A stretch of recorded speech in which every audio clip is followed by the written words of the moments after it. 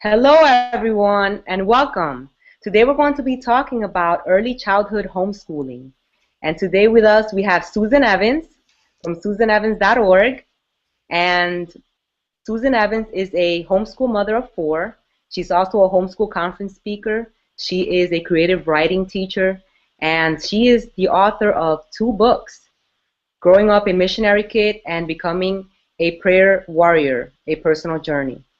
Okay, so prior to homeschooling, Susan Evans was a teacher for 7 years, and two of those years was in London, England. Welcome, Susan. Hi, glad to be here. Okay, so today, Susan is going to share with us some of the things that she did in the early years with her children to instill a love for learning. And she was able to attain great results with her children. All of her children were reading by the age of 1.5, and her two oldest sons, by the age of 7, they were reading at high school level. So that is truly remarkable what she has done with her children. And today we're going to start off talking about why early childhood education is important. Why did you, Susan, start teaching your children at an early age? What was why do you get motivated to teach them at an early age? Why do you think early childhood education is important? Well, there's a lot of good reasons that you would want to teach your young kids. If you have interactions with them, they grow. And mentally they grow. And for me specifically, okay, I was a teacher for 7 years, and then suddenly I had a baby, and I was looking at that baby, and I was going, I want to teach this baby something, and the baby was interacting with me already and wanted to interact with me. And so I thought, I want to know how my baby thinks. I want to know how, you know, I want to know more about my baby. And so what I did is I studied early childhood. I studied babies and toddlers and how they think, and I studied it for hundreds of hours, like when the baby was napping or whatever.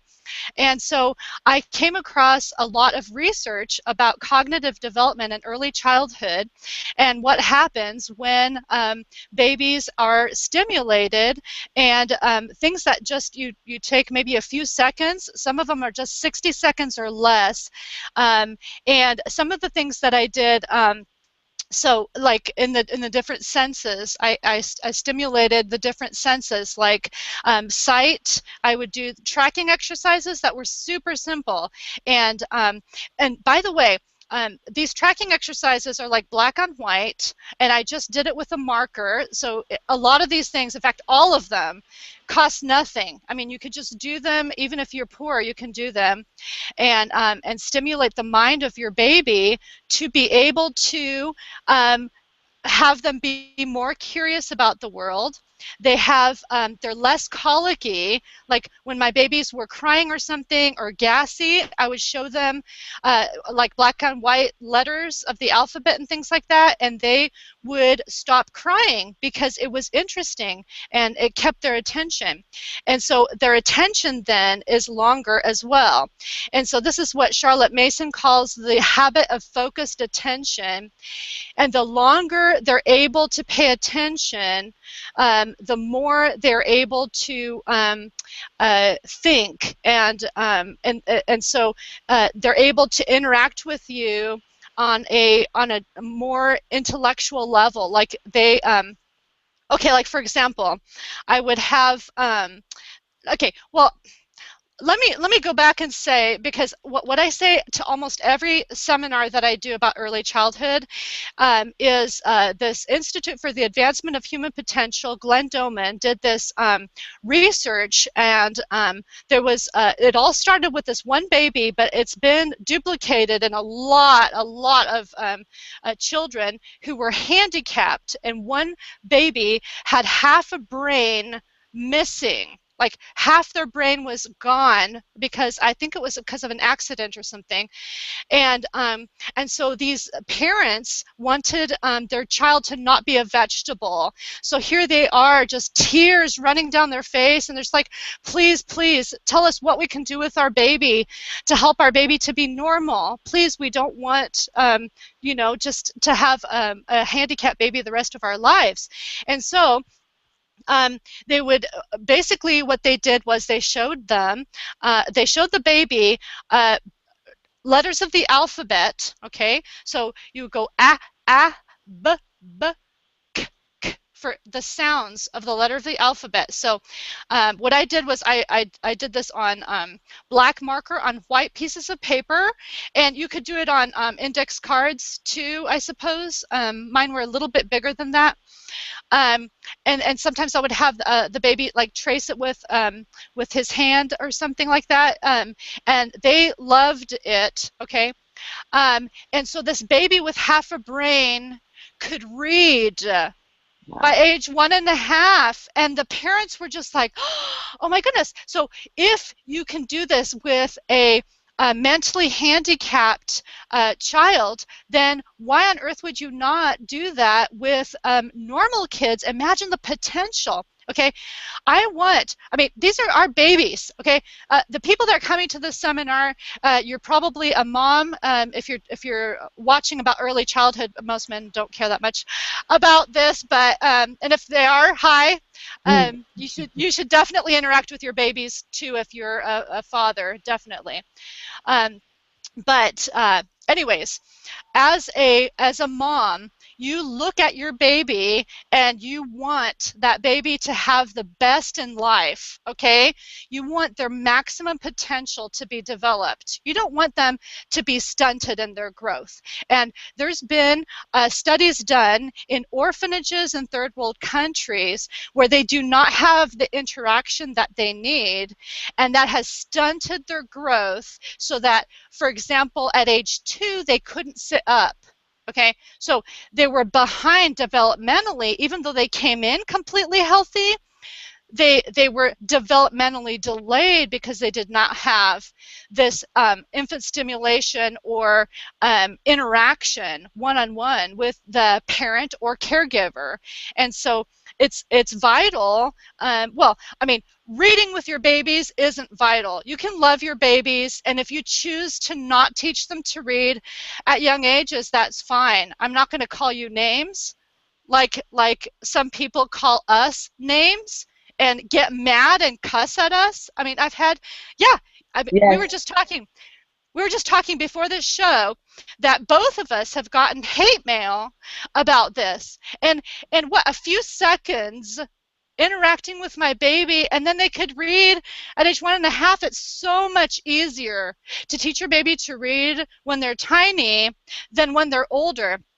I've taught a 10-year-old illiterate boy how to read, and that was way harder because they had never been to school in Mexico, and so I was a bilingual teacher as part of my training. But and so there's 3 kids that I taught to read, 2 of them age 8 that were illiterate, and 1 age 10 that was illiterate.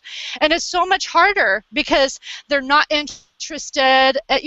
As a baby, they have all of your attention. Okay, let me read some statistics. Okay, by 6 months of age, 50% of a baby's brain growth has occurred. So that's the first 6 months. Okay, and then by 1 year of age, 70% of brain development is completed. Okay, so just that first year, if all you do is diaper your kid and feed them, and you just assume that they're a blob and they can't understand anything, then that's fine. If you're loving them, then that's fine. They can grow up to be healthy as long as you love them and interact and hold them and stuff. That's fine. Okay, so you don't have to teach them to read. I'm not saying everybody has to do this. What I'm saying is that for all 4 of my kids, they were able to read at age 1.5, and I was shocked when my first baby was 18 months old. he sounded out a word on his own, and I wasn't in the room when that happened. That was my husband, and I did not believe my husband. I didn't believe him. Because I'd never heard of it before either, you know?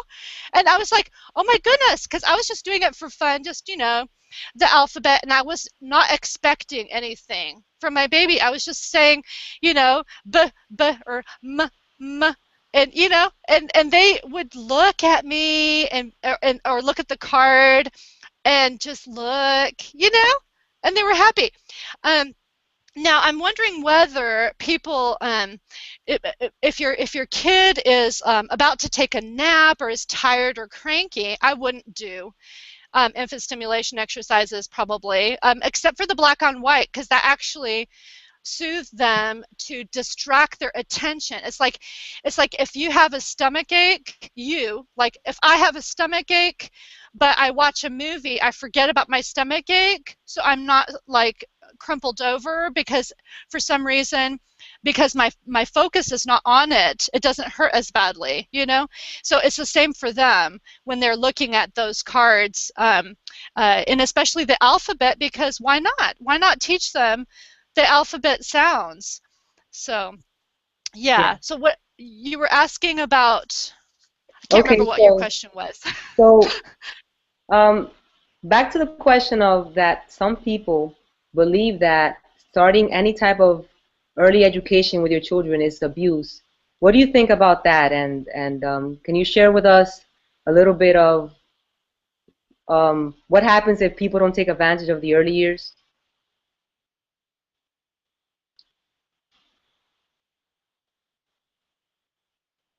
Hello, Susan? Okay, I think we're having a little bit of technical difficulties here. Are you still So with us? Oh, okay. Go so ahead, how Susan. how do you how can somebody say that interacting with your baby is harmful? Okay, if you don't interact with your baby, that is harmful. And like I said, for the studies that were done in orphanages in third world countries, it's been proven. You can look at studies, just research it on the internet. It's available everywhere. You can look at statistics yourself to know that if you do not have interaction, if a baby does not have interaction, they're stunted in their growth. And it's also been proven, scientifically proven, that when you interact with your baby, the myelin sheaths in the synapses between the brain, they coat themselves, and there's actual physical development in the brain itself as a result of the interaction. It is incredible, and we're learning more and more about brain development. Back when I had my babies, my first baby, that was like 14 years ago now. Now there's even more research to prove it. Okay, so yes. Yes, it's very important. I agree with you, Susan. I think whatever you teach your child from the ages of 0 to 5 will impact them for the rest of their life. You're looking at a child that is going to grow up with a love for reading, a love for learning, and I can truly see from the results that you have attained with your children that they truly do love learning, and for the most part, they can teach themselves anything, right? Nowadays. Yes, and actually, when my kids could read like books and stuff on their own, they're feeding themselves, they're feeding their own minds. And so my kids have read tons and tons of classics. I mean, I have like maybe 2,000 books on my shelf. It's hard to find something that they haven't read yet, okay? And so they have such a wealth of knowledge. What you're doing is you're empowering your babies and toddlers to read, and so you're unlocking the whole world of knowledge to them. Why on earth would that be harmful? You know, what, for them to know more about, like, they can read about plants and trees in a picture book when they're 2 and 3 and 4. I mean, at age 4, any of my kids could pull down books and read the majority of the words, and unless it's a word they've never seen before, and they would sound it out, and they might be able to figure it out, or I would have to tell them the vocabulary, because vocabulary is constantly growing. Um, but yes, I mean, I've had, yeah, last year, um, no, 2 years ago, I had a 10-year-old did high school biology and scored A's on all of his exams, and he's at age 11 is doing algebra, and actually I could have had him do it sooner because he finishes his math, and so he could be more further advanced than my older son, who's also doing algebra and stuff like that too, because they have different uh, aptitudes, and so, Mhm. some things, some interests. So some of your kids will have some interests, and so they'll excel in some ways. Some kids don't like math as much, but there's all of my kids are way advanced in all subjects, and why not have them, you know, and then if you get sick, like if you get cancer or something, and then you can't do stuff with your kids. I mean, I'm assuming you're homeschooling, but even if you weren't, even if you sent your kids to school, if they're more advanced, then it's easier for them in class, you know? So Definitely. you're making it easier for them for the rest of their lives. If they go to college, they can get into better colleges if they're smarter. I mean, why would you make your kid, I mean, I'm not saying that you're making your kid stupider by not doing it. I'm not saying that, although it's somewhat true. But but I mean, I know our reaction is to want to insult back, but really, all my friends and that I love with all my heart, they didn't do these things, and their kids are sweet and wonderful, you know.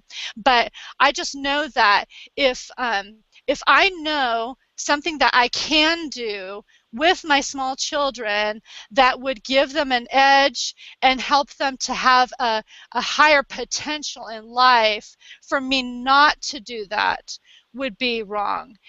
And so that's how I felt about it. So for someone to say that's abusive is just ridiculous. Yes, I agree with you.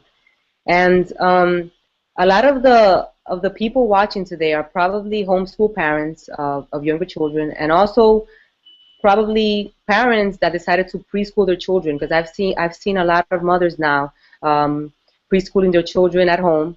And so whether you are homeschooling your child, or you're preschooling your child, or you're maybe supplementing them at home after school, um, there are some activities that you can do with them, hands-on activities. And Susan Evans, that's like her main thing. She loves hands-on activities, and that's what she does with her children. When we talk about starting something with your child at home, we're not talking about workbooks, textbooks. We're talking about hands-on activities that anyone can do for just a few minutes a day, and you can truly reach remarkable things with your children. So, Susan, can you share with us some of the things that you did when your children were young with us? Yes. Okay. So starting when they were babies for that first year, I would do small things that would stimulate the different senses. For example, let's say the sense of touch. Okay. So I made this little ring with different textures. Like this one, you could see the different ridges, and each different piece of fabric has a different texture to it. Okay. So with small babies, when they're feeling the different textures, you can see their mind working. You look into their eyes, and they are thinking, and so if you don't stimulate, then they won't be growing in that way. But if you do stimulate things like this, and I mean, okay, is this harmful? No. No. No, it's soft, it's not a choking hazard. And um, and so I got a hole punch, and I just hole punched little pieces of fabric from junk I was going to throw in the trash, like that had a hole in it or something, you know, or from Goodwill. I mean, just anything. And so Yeah, so that costs me nothing, and you can just put a ring around it. So that's for touch. You can also go outside and touch like the tree trunk or the cool grass or whatever, and you say what it is, and so that's wonderful. Now you can also do it with sounds. You can point out if a bird is singing. You can first say bird, and once they know bird, then you can do different kinds of birds. Let me see if I brought this. Yeah, good. Um, and you could do like, okay, so this is for when they're can differentiate between birds. But once again, I had different pictures, and I would put down what the different birds were and a sticker, and then I put packing tape on top of it because that was my cheapo lamination that I had with my kids, so that when they drooled all over it, it would last. Or if they chewed on it, which they didn't. I don't think there's any teeth marks. Anyway, but they can then identify the different birds, and I had a whole wall of animals, and actually I kept that wall of animals all the way to high school biology because I had well, I started off with a picture of animals from National Geographic magazine. So then I would glue them onto pieces of red construction paper. And I would put them up on the wall. At first, they weren't laminated. I just put them up on the wall, and I said, a cow goes moo, And so I started there. And then I would say the different animals and the different sounds. So So let's say they're walking. Let's say they're 1 year olds, and I could have them say, "Where's the elephant?" And they would run over to the elephant, and then my reward is that I would go, the sound of the elephant. And so they were like running to the thing to get the sound, because that was funny, and they would laugh. Um, and then pretty soon I wanted to classify them all, because like the carnivores, for example, I put them all together, and then pretty soon I had kingdom, phylum, class, order, family, genus, species all over my wall. It was weird. I would have never done that if I hadn't had so many animals. And then I wanted to teach something about the animal. So does it only eat plants or whatever? And so as I taught, I would group them, and pretty soon it was like that. But so that's maybe one reason that my kids did so well in biology, because when they were babies, they knew all these things, and I used puppetry and all kinds of stuff like that. Like a cow, I had a cow puppet. So then I would say something about the cow with the puppet going like this or whatever. I don't have the puppet anymore, but then they would be able to narrate back to me what they learned, and I would say maybe age 2 or 3, and then they could tell you back that information. So you're telling information, and they're doing oral narrations to you to master that material, and then they learn it. And it was done in a fun, easy way. And like I said, I mean, even with that cow puppet, it was less than 5 minutes. So it's not like a ton of time. And then also, when I had my 4 babies, I had them all back to back. So my oldest turned 5 1 month after I gave birth to baby number 4. So I had 3 babies in diapers at one point. Okay. Oh So boy. yeah, it's like early childhood overload. But so with my second and third babies, they also learned to read at age 1.5, but I didn't do as much with them because I was so tired. And so I got the same results with even less work. And sometimes I didn't do like the letters for like a whole month or 2 months, and then I would do it again, and they still learned how to read at age 1.5. Wow. Yes. Okay, so what I'm saying is, you don't have to be, I mean, it's better. If you're consistent, it's better, okay?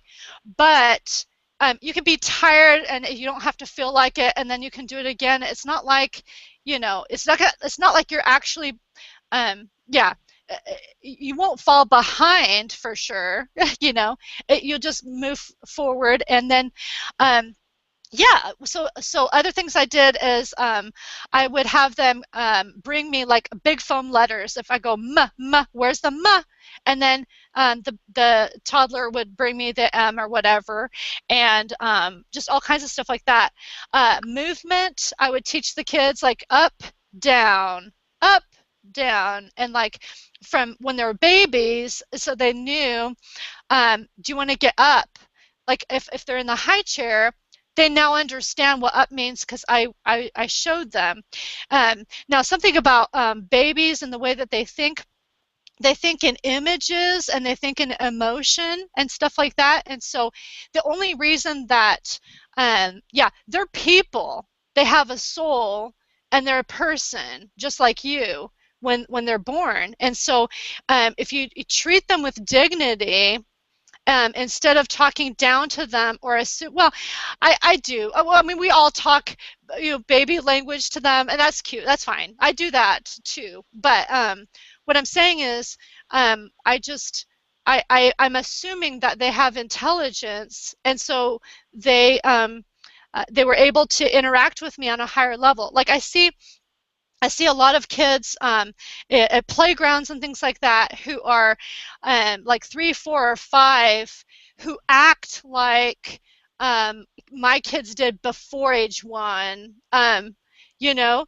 and that's and they're not handicapped, so there's no reason for them to just scream and don't know how to relate. I don't know this because they haven't had that interaction. Okay, so the more interaction they have with you, um, the happier it is for them because they are getting more.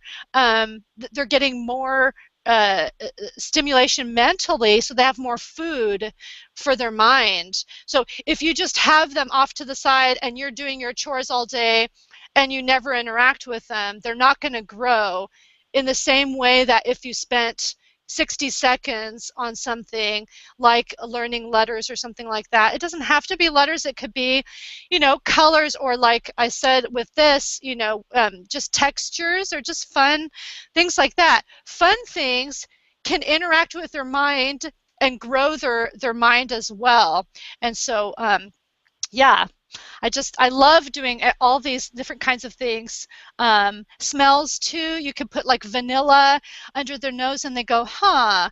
And in their mind, you can see in their eyes that they are cognitively engaged. And that is what you are looking for when you want to have your kids grow cognitively at such young ages. So.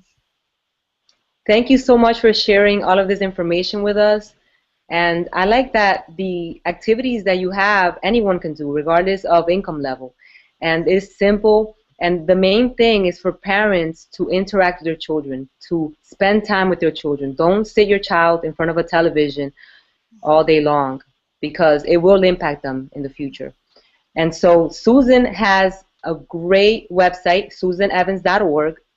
There you can find a lot of information about early childhood education, and she has a lot of great articles and activities that she did with her children at an early age. Check out her e-store as well. She has a lot of great workshops that she has on early childhood education. If you haven't already done so, check her out on YouTube and add her to your circles on Google+. She's always coming up with new things with her children. I love all the hands-on activity and projects that she does with her children. And do you want to say anything else, Susan, before we wrap it up? No, I so thoroughly enjoyed this. Thank you so much. My sister just had twins last week, and so I'm thinking about all this early childhood stuff again, and it's just beautiful. I love it. I would do it all again if I Yes. could. And I'm surprised you still have those flashcards and the other things. That's great. They're memories. Yes, yes, yes, yes. Okay, well, everyone, thank you so much for watching. And for now, bye. Bye, Susan. Bye.